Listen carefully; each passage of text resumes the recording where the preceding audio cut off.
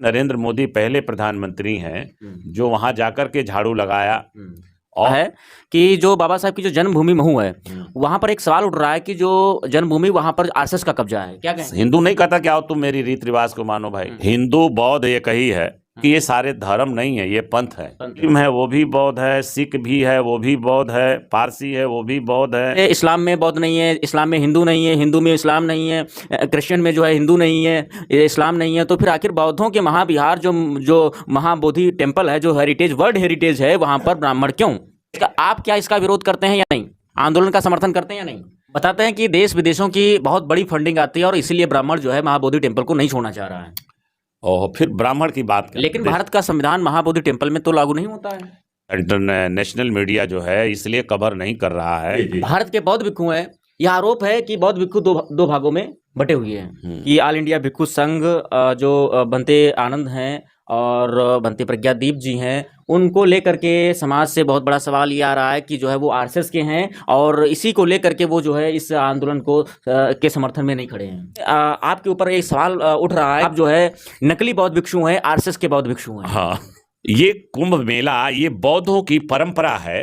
ये वो लोग हैं जो सही रूप से धर्म को नहीं जानते। कहना कि आप मार्ग से अपने भटक चुके हैं, एसएस के साथ में कदम से कदम मिला करके आगे बढ़ रहे हैं, सीएम के साथ में आप चल रहे हैं। मैं किसी को नहीं बताऊंगा। नहीं जी, आरएसएस का प्रचार करने के लिए कितने लाख रुपए लिए हैं? नमस्कार, नमो बुद्धाय, जय भीम। मैं धीरेन्द्र कुमार, आप देख रहे हैं द बुद्धिस्ट टाइम्स टीवी। इस वक्त मैं मौजूद हूँ भगवान बुद्ध की ज्ञानस्थली बोधगया में। आज महाबोधि महाविहार मुक्ति आंदोलन को लेकर के 1 माह दूसरा दिन है और आंदोलन जो है वो बढ़ता ही जा रहा है और इतना बढ़ चुका है कि यह आंदोलन सिर्फ बोधगया या बिहार, सिर्फ भारत का ही नहीं, यह आंदोलन आज विश्व के सभी देशों में, उन सभी बौद्ध देशों में पहुंच चुका है जहां से यह आवाज़ उठ रही है कि महाबोधि महाविहार को ब्राह्मणों से मुक्त करो। तो इसी पर बात करने के लिए हमारे बीच में, और आपको हम बता दें कि अंतर्राष्ट्रीय बौद्ध शोध संस्थान के भदंत आर्यवंश जी हमारे साथ में हैं, जो अंतर्राष्ट्रीय बौद्ध संस्थान के मेंबर भी हैं। आगे का परिचय भंते जी से हम जानेंगे। तो सबसे पहले Bhante ji, the Buddhist Times TV channel आपका बहुत बहुत स्वागत करता है। आदरणीय सम्मानित आप पत्रकार महोदय, पहले तो मैं आपको बताना चाहता हूं कि मेरा परिचय है, मुझको भिक्षु आर्यवंश महास्थवीर के नाम से जानते हैं और मैं the Buddhist society of India, जो बाबा साहब अम्बेडकर ने 1955 में बनाया था, जिसकी शाखाएं पूरी भारत में भी हैं, विदेश में भी हैं, मैं राष्ट्रीय प्रेसिडेंट भी हूँ। इसके जो है ट्रस्टी चेयरमैन चंद्रबोधि पाटिल जी हैं और ये संगठन पूरे भारत में काम कर रहा है। इस संगठन का केवल कार्य यही है कि पूरे देश के अंदर जो सदियों से सामाजिक रूप से, धार्मिक रूप से लोग गुलाम बने हुए हैं, हम उनके अतीत की पहचान कराते हैं कि आप अपने अतीत में जाइए, अपने पूर्वजों के संघर्षों की, हमारा राजतंत्र कैसे चलेगा, लोकतंत्र कैसे चलेगा, इसके साथ साथ हमारा सामाजिक तंत्र कैसे चलेगा, धार्मिक तंत्र कैसे चलेगा, ये सारे हमारे पूर्वजों ने सब तरह की बातों को बताया है और उसकी प्रेरणा दिया है। तो आज जो है महाबोधि महाविहार जो 1949 जो एक एक्ट बना करके बिहार सरकार इसको चला रही है, पूरा का पूरा ये घोटाला है। पूरा का पूरा ये समझ लीजिए कि बेईमानी है एक समुदाय के प्रति, बौद्ध समुदाय के प्रति, जी जबकि देश 1947 में आज़ाद हुआ जी और भारत का संविधान 1950 26 जनवरी को जब लागू हुआ तो लागू होते ही उस संविधान के अंदर यह बात आई कि इसके पूर्व अब जितने भी नियम नियमावलियां जो प्राइवेट रूप से, सामाजिक रूप से, धार्मिक रूप से या राजतंत्र के तरफ से जो भी नियम नियमावलियां हैं, आज से वो समाप्त होती है और आज से 1950 26 जनवरी को जो भारत का संविधान लागू होता है उसके तहत अब सारी की सारी चीज़ें जो हैं संचालित की जाएंगी। तो 1950 का जो एक्ट लगा हुआ है महाबोधि महाविहार में, ये तो खत्म हो गया है, ये समाप्त हो चुका है। ये तो फर्जी तरीके से लोग चला रहे हैं इसको, और वो क्षेत्रीय स्तर पर यानी बिहार प्रदेश में मुख्यमंत्री से लेकर के उनके मिनिस्टर लोग भी जो धर्मायुक्त के नाम पर अपने आप को उसका अधिकारी बताते हैं, तो छोटे कर्मचारी से लेकर के बड़े कर्मचारी, यहाँ तक कि आईएएस अधिकारी में जो जिला बोध गया का जो कलेक्टर है और कमिश्नर है, यहाँ से आईएएस आईजी डीआईजी जो लोग भी हैं और पुरातत्व विभाग के लोग, सभी के सभी इसमें इन्वॉल्व हैं, लिप्त हैं इसके घोटाला में और फर्जी तरीके से ये चला रहे हैं। दूसरी बात यह है कि जो सरकार एक्शन क्यों नहीं ले रही है? सरकार, अगर ये घोटाला है बनते जी, तो इस पे सरकार एक्शन क्यों नहीं ले रही है? सरकार में बैठने वाले लोग बेईमान लोग हैं जी, उन्हें धर्मनिरपेक्षता का मतलब मालूम नहीं है और वो दिशा में काम नहीं कर रहे हैं। सवाल तो यह है कि पूरे देश के अंदर जनता को सड़कों पे आने की जरूरत नहीं, बल्कि नेता आया करता था पहले सड़कों पर समस्याओं को लेकर के, जनता की समस्याओं को लेके नेता आंदोलन कर रहा। आप देखिए पूरे देश में कोई आंदोलन नेता नहीं करता, कोई पार्टी आंदोलन नहीं करती। इसके पीछे केवल कारण इतना ही है कि जो भी राजनीतिक लोग हैं वो चाहते हैं कि जनता की जितनी भी समस्या बढ़ेगी, जितनी भी उसकी मुश्किलें बढ़ेंगी, वो हमारे पास आएंगे और जब हमारे पास आएंगे तब हम उनके लिए वादा, केवल झूठा वादा करेंगे लेकिन वादा निभाते नहीं हैं। इसीलिए देश के अंदर इतनी अराजकता फैली हुई है हर क्षेत्र में, यानी भ्रष्टाचार से लेकर के आपका घोटाला देश के अंदर छोटे स्तर से लेकर के बड़े स्तर तक है। तो हमारा जो देश सोने की चिड़िया कही जाती थी, लोकतंत्र का एक दुनिया में मिसाल है इसका, पूरी दुनिया में एक भाईचारा का जो संदेश तथागत बुद्ध ने दिया, ये भारत का एक बहुत बड़ा पहचान है। और भारत का एक पहचान ही नहीं है बल्कि दुनिया के लोगों को नसीहत देता है। हमारे लोकप्रिय प्रधानमंत्री माननीय नरेंद्र मोदी जी विदेशों में जा करके वो इस बात को कहते हैं कि हम बुद्ध के देश से आए हैं और हमने दुनिया को बुद्ध दिया है, हमने दुनिया को युद्ध नहीं दिया है। ये बहुत अच्छी बात करते हैं। और लेकिन सिर्फ विदेशों में, सिर्फ विदेशों में नहीं, देशों में भी मैं बता रहा हूं कि इस देश के अंदर नरेंद्र मोदी जी जब देश के पहले प्रधानमंत्री हुए तो पहली यात्रा उनकी भूटान से शुरू हुई। भूटान में जब वहाँ गए तो उन्होंने देखा कि बड़े पैमाने पर यहाँ तो जिस तरह से भारत में जगह जगह जिले जिले में कोर्ट है, ब्लॉक स्तर पर जो है थाना है, और हमारे यहाँ तो काफ़ी इंडिया में एक लंबे समय से मतलब कि 20-20, 25-25 साल तक लोग मुकदमा लड़ते लड़ते मर भी जाते हैं, उनकी औलादें मुकदमा लड़ती हैं और तब भी मुकदमा चलता रहता है। मुकदमा ख़त्म होने के लिए, उसके निस्तारण के लिए देश में इस तरह की हमारे जुडिशरी में लोग काम नहीं करते हैं। आप तो महाबोधि वहाँ पर मैं जो बता रहा हूँ इसको सुनिए। तो वहाँ पे एक ही कोर्ट है, बहुत कम मात्रा में सिपाही या पुलिस या थाने रहते हैं। लेकिन जब वहाँ पर जाकर के हमारे देश के प्रधानमंत्री ने देखा कि एक हफ्ते से ज़्यादा कोई मुकदमा वहाँ निलंबित नहीं रहता है, एक हफ्ता ज़्यादा से ज़्यादा, और वहाँ किसी भी तरह की इतनी बड़ी फोर्स भी नहीं है, इतने बड़े जेल भी नहीं है। इसके पीछे कारण क्या है? तो कारण क्या है कि वहाँ के लोग बुद्ध शासन को मानते हैं, बुद्ध के बताए विचार पे लोग चलते हैं।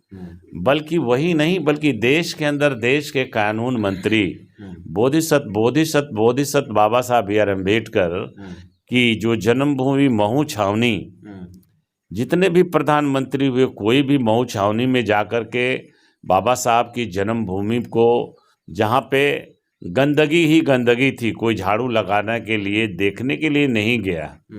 लेकिन नरेंद्र मोदी पहले प्रधानमंत्री हैं जो वहाँ जाकर के झाड़ू लगाया और उसको एक तीर्थ स्थल बनाया। वही नहीं बल्कि चैत्य भूमि बम्बई, जहाँ बुद्ध का बाबा साहब का वो परिनिर्वाण के बाद जो है, जो वहाँ पर चैत्य भूमि में उनकी चैत्य बनाया गया दादर में। भंते जी, आगे बढ़ने से मेरा सवाल आता है कि जो बाबा साहब की जो जन्मभूमि महू है, वहाँ पर एक सवाल उठ रहा है कि जो जन्मभूमि वहाँ पर आरएसएस का कब्जा है, क्या कहेंगे?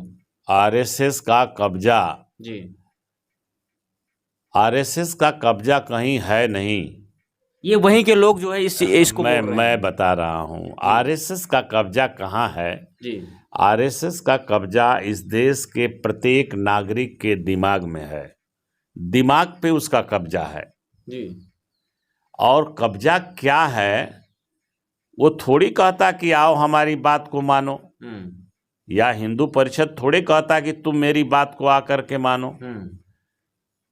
आपको अपने विवेक से अपने पूर्वजों के तरफ जाइए ना। हैं? आप अपने पूर्वजों को मानते नहीं, अपना काम करते नहीं, दूसरे पर दोषारोपण लगाने की क्या जरूरत है? जिस तरह से इस देश के अंदर अभी दलित समाज, जिसको कहा जाता है schedule caste, schedule tribe, backward class के जो लोग हैं, पिछड़े समाज के लोग, या आपके अनुसूचित बिरादरी के जो लोग हैं, अभी हिंदू धर्म की रीति रिवाज, हिंदू नहीं कहता कि आओ तुम मेरी रीति रिवाज को मानो भाई, हैं? किसी को इस देश में अपनी आस्था, अपनी श्रद्धा रखने के लिए किसी तरह का कोई दबाव नहीं है। हिंदू और बौद्ध जो है वो एक है क्या? हिंदू बौद्ध एक ही है। हिंदू और बौद्ध जिसको कहते हैं वो एक है। इस देश में केवल बौद्ध ही लोग रहे हैं और बौद्धों का तरह तरह का रूपांतरण हो गया है। उसको अलग अलग फैक्ट्री में डाल दिया गया है। फैक्ट्री का मतलब जो सामाजिक कुछ अलग अलग संगठन, अलग अलग जिस तरह से पार्टियां हैं, उसी तरह से देश के अंदर हिंदू के नाम पर या और भी धर्म के नाम पर जो तथागत ने बताया, जबकि ये सारे धर्म नहीं है, ये पंथ है। ये पंथों में डाल दिया गया और उनको डालकर अपना अपना डफली लोग बजा रहे हैं, समझ रहे हैं ना। लेकिन इस धरती पर केवल अगर कहा जाए तो जो मुस्लिम है वो भी बौद्ध है, सिख भी है वो भी बौद्ध है, पारसी है वो भी बौद्ध है, और जो क्रिश्चियन लोग हैं लेकिन इनके सबके अपने अपने स्थान है, धार्मिक स्थल हैं, वो अपने धार्मिक स्थलों की पूजा करते हैं और वहाँ पर उन्हीं धर्म के लोग हैं। तो बौद्ध नहीं है, जैसे इस्लाम में बौद्ध नहीं है, इस्लाम में हिंदू नहीं है, हिंदू में इस्लाम नहीं है, क्रिश्चियन में जो है हिंदू नहीं है, इस्लाम नहीं है। तो फिर आखिर बौद्धों के महाविहार जो महाबोधि टेम्पल है, जो हेरिटेज, वर्ल्ड हेरिटेज है, वहाँ पर ब्राह्मण क्यों? क्या इसका विरोध करते हैं या नहीं? आंदोलन का समर्थन करते हैं या नहीं? नहीं, मैं आंदोलन का मैं समर्थन करता हूँ, जबकि भारत के संविधान में ये बातें निहित की गई हैं कि किसी के आस्था और श्रद्धा पर कोई भी किसी तरह का ठेस न पहुँचे, है ना। और कोई दूसरे लोग दूसरे की आस्था पर, उसकी श्रद्धा पर, उसकी मान्यता पर किसी भी तरह का कोई आक्रमण या किसी तरह का अतिक्रमण न करे।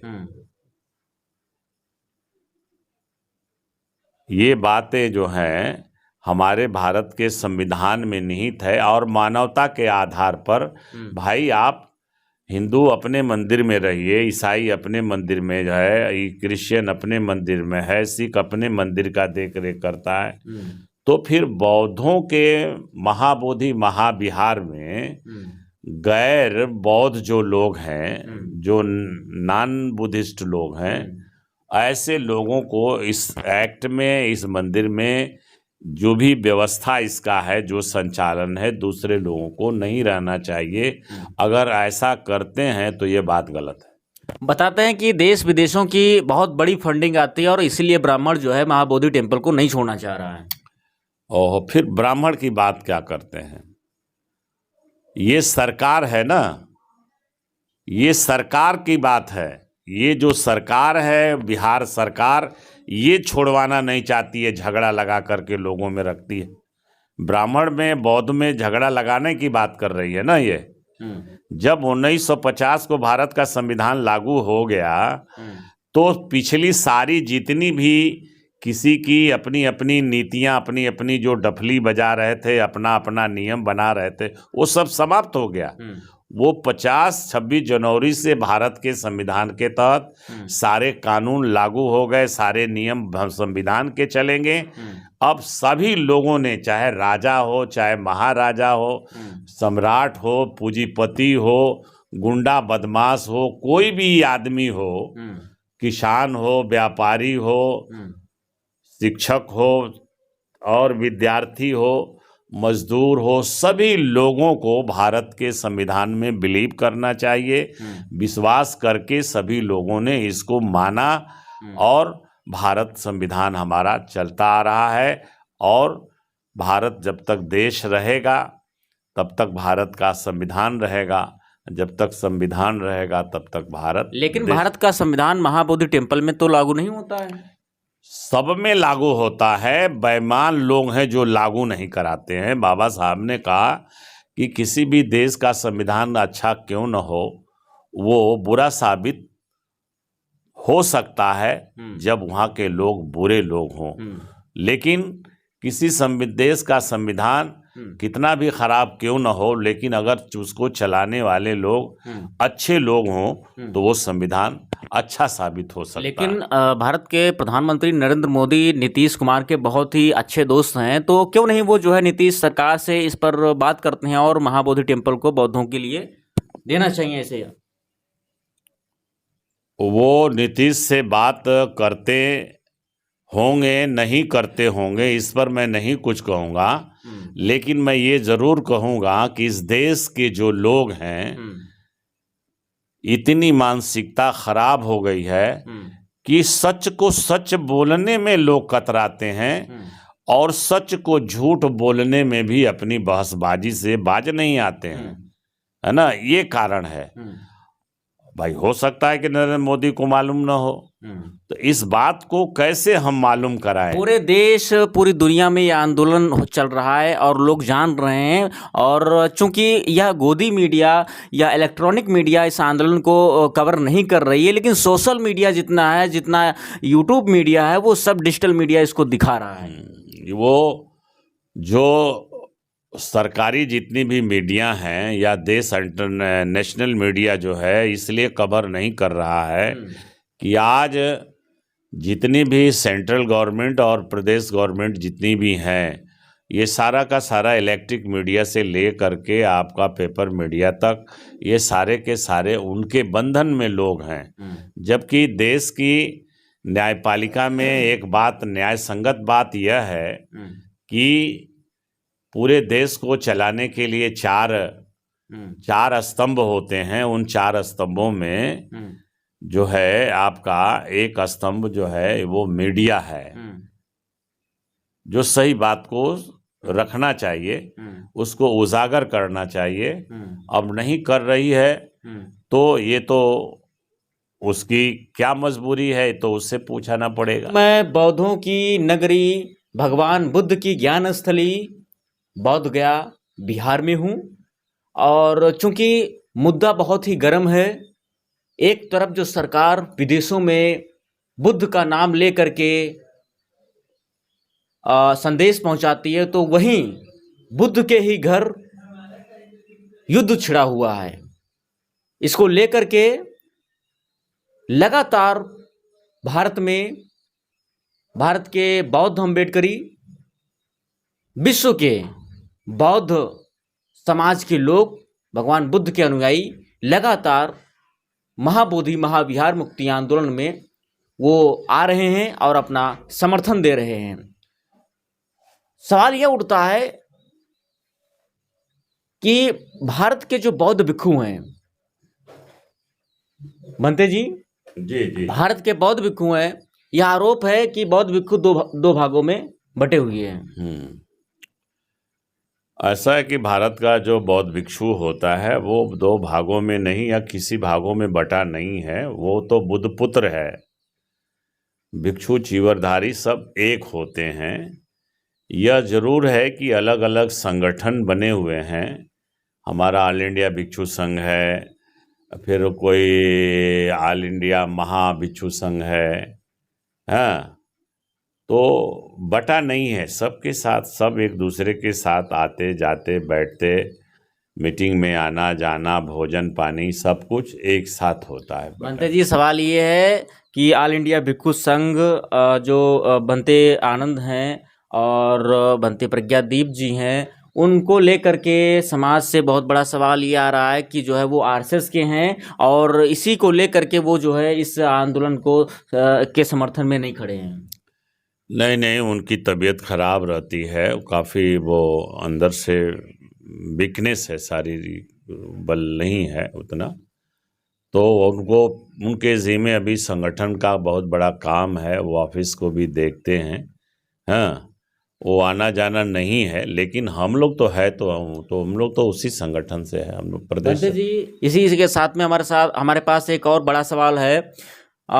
समाज के लोगों का कहना है कि जो है बनते जी, अभी हाल ही में जो है महाकुंभ जो है प्रयागराज की धरती पर लगा, जिसमें आपके ऊपर एक सवाल उठ रहा है कि जो है आप जो है नकली बौद्ध भिक्षु हैं, आरएसएस के बौद्ध भिक्षु हैं। हाँ तो मैं आपसे बताना चाहता हूँ कि ये कौन से लोग कह रहे हैं, उनको आप तरासेंगे तो पता चलेगा।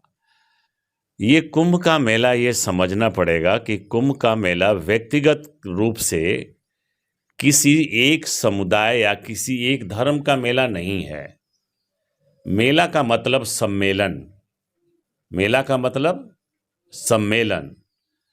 वो हमारी पुरानी विरासत है। प्रयाग महाराजा सम्राट हर्षवर्धन ये कुंभ मेला लगाते थे और वहाँ पर प्रतिवर्ष अपने देश से लेकर दूसरे देश के राजा महाराजा और सभी किसान, मजदूर, व्यापारी, वैद्य, चिकित्सक, शिल्पकार, दस्तकार सभी लोग वहाँ आते थे और अपनी बात राजा के सामने उनको प्रस्तुत किया जाता था कि हमको क्या परेशानी है, हमें क्या चाहिए, या देश में और भी विकास के लिए क्या करना चाहिए।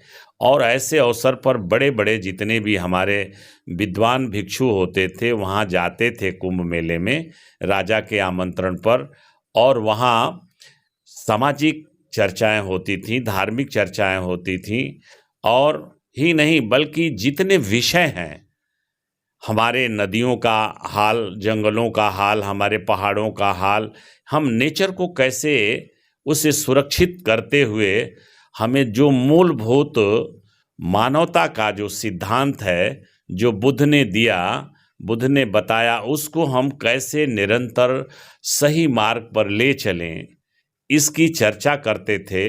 और लोग अपनी तमाम तरह की पारिवारिक समस्याओं से लेके सामाजिक समस्याओं को रखकर वहाँ लोगों की समस्याओं का समाधान होता था। हमारे दर्शकों सुनिए, एक मिनट सुन लीजिए। जी तो ये कुंभ मेला ये बौद्धों की परंपरा है। जी हम लोगों ने उस परंपरा को कायम किया, हम लोगों ने उस परंपरा को कायम किया है।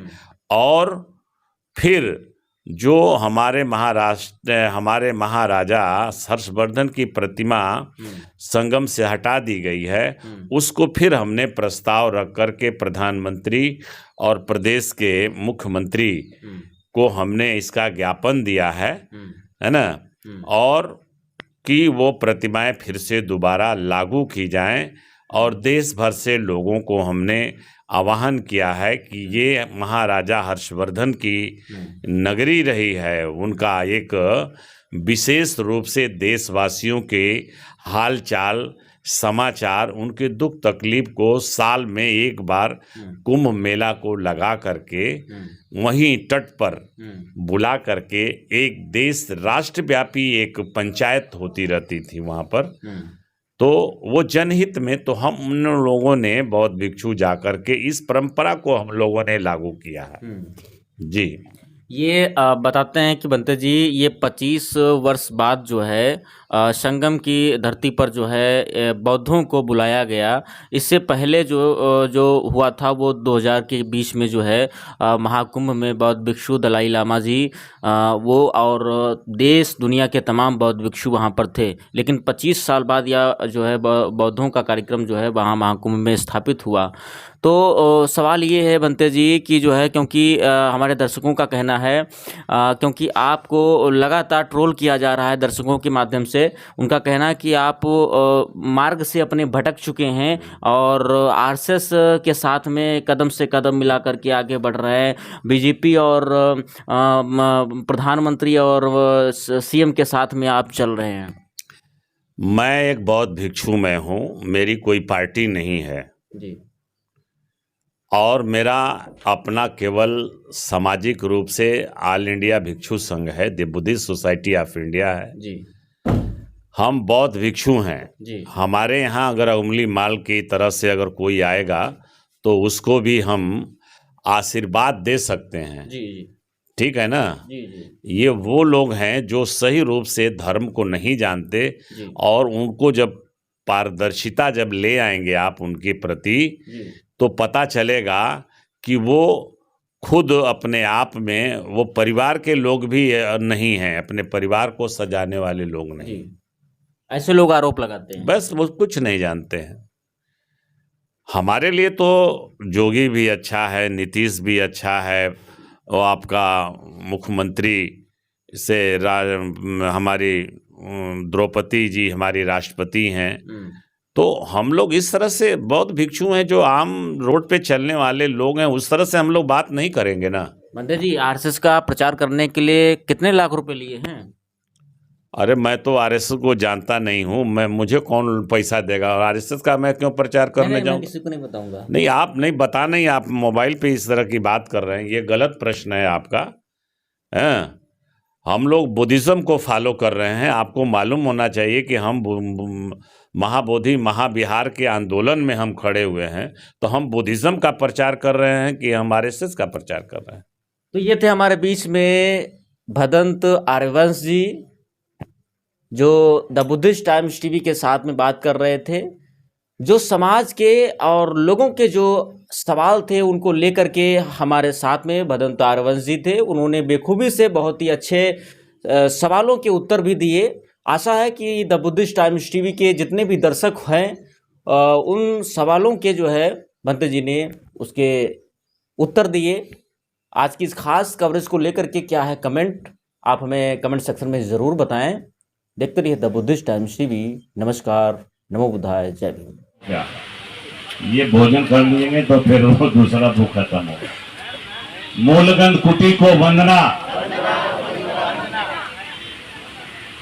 ऋषि पतन मृदायवन, सारनाथ काशी को वंदना, श्रावस्ती को वंदना, आमिना नदी को वंदना, रोहिणी नदी को वंदना,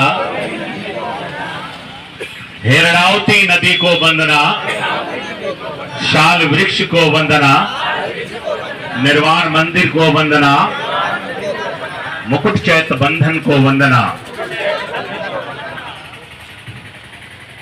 बोलिए लोक गुरु तथागत भगवान बुद्ध की महापरिनिर्वाण भूमि कोसीनारा को वंदना। बुद्धं नमामि, धम्मं नमामि, संघं नमामि। दूसरा कुछ करने का स्वागत है। इसी कड़ी में हमारे शील प्रज्ञाशील जी हैं, हमारे बंगाल से भंते जी हैं, बिहार के भंते लोग हैं और झारखंड से भंते लोग आए हैं, सारनाथ से, और इधर यूपी से तमाम सारे लोग हैं, रायगढ़ से लोग आए हुए हैं। हमारे चंद्रकीर्ति भंते जी और मेरठ वो बुद्धिस्ट फैकल्टी के वो प्रिंसिपल रहे हैं, वो भी लोग आए हुए हैं। और मैं भिक्षु आर्यवंश, आप तक गली गली आना जाना रहता है। मैं दी बुद्धिस्ट सोसाइटी के माध्यम से बौद्ध धर्म का एक प्रचारक के रूप में छोटा सा सिपाही में हूँ। एक चौकीदार हूँ, सिपाही नहीं हूँ। सिपाही से तो लोग डरते हैं, हमसे कोई डरता नहीं। मैं करीब आपसे बताऊं कि दिसंबर 2024 से लेकर के जनवरी फरवरी और जनवरी तक हमने महाबोधि महाविहार के आंदोलन को शुरू करने के लिए यूट्यूब के माध्यम से और लेटर के माध्यम से, फोन के माध्यम से लोगों को हमने जागृत किया। और हमारे चेयरमैन के रूप में साथी हमारे doctor Chandrabodhi Patil ji, the Buddhist society of India, जो अभी हमारे आकाश लामा जी के नेतृत्व में दिल्ली में चल करके जितनी भी एम्बेसियां रही हैं वहां पर जाकर के अपनी हम महाबोधि सोसाइटी आंदोलन को करने के लिए तथा हमारे इस महाबोधि महाविहार का जो हमारी जो समस्या है उससे हमें निजात दिलाया जाए, हमें मुक्ति दिलाया जाए, हमारे मंदिर को स्वतंत्र किया जाए, हमारे बौद्धों के जो अधिकार हैं पूरे देश में उसे लागू किया जाए, संविधान को फिर से लागू किया जाए। इसको लेकर के माननीय हमारे बीच में महाउपासक हमारे आकाश लामा जी, चंद्रबोधी पाटिल जी और तमाम सारे देश के शुभचिंतक लोगों ने जाकर के ये ज्ञापन जो है राष्ट्रपति जी को भी और जितनी भी हमारे देश में दूसरे देशों के जो मैत्री है उस सारे एम्बेसियों में जाकर के सूचित किया। मैं आपसे